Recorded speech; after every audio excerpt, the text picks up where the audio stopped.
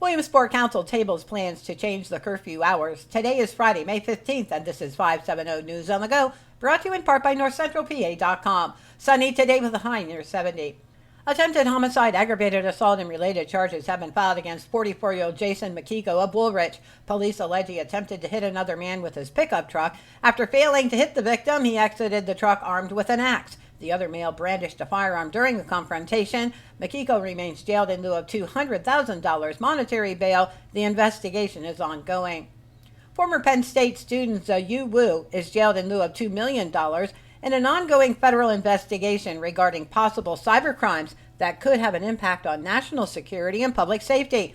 The former student auxiliary officer allegedly manipulated Penn State police dispatch programs that contained personal identifying information, vehicle registration, and criminal histories. He also changed the settings in a password-protective administrative program. The Center Daily Times reports Wu has been described as a flight risk, as he is a pilot with access to planes and frequently travels outside the U.S. The Sun Gazette reports Williamsport City Council tables a proposal to change the city's curfew, and the county commissioners have scheduled a special meeting to discuss solutions to the uptick in juvenile crimes.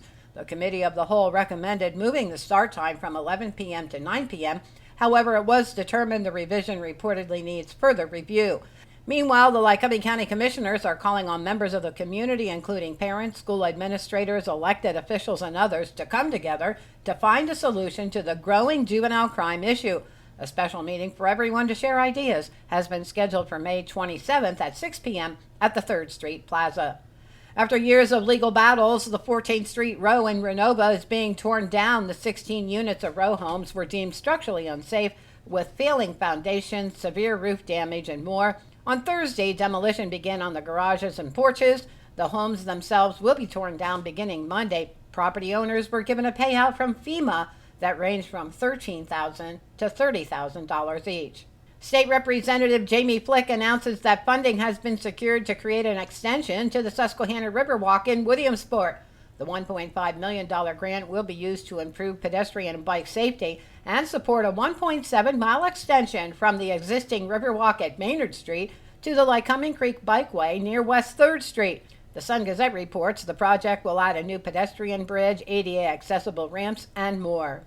An activist group plans to hold a vigil outside FCI Lewisburg tomorrow to raise awareness about the detention of immigrants at the prison by ICE.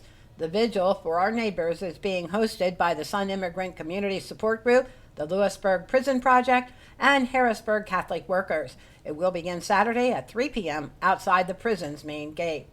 Members of the D Platoon of the Williamsport firefighters were presented with meritorious citation awards at last night's Williamsport Council meeting for a rescue at a house fire in the fall.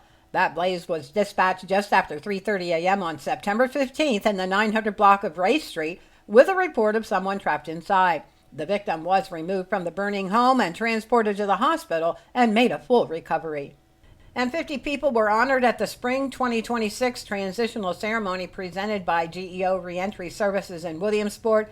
The graduates were recognized for triumphing over substance abuse through the reentry program. GEO Services helps community corrections agencies reduce recidivism with reentry programs tailored to meet agency needs. For the latest in news and events, head on over to NorthCentralPA.com. I'm Liz Brady, and you're up to date with 570 News on the Go.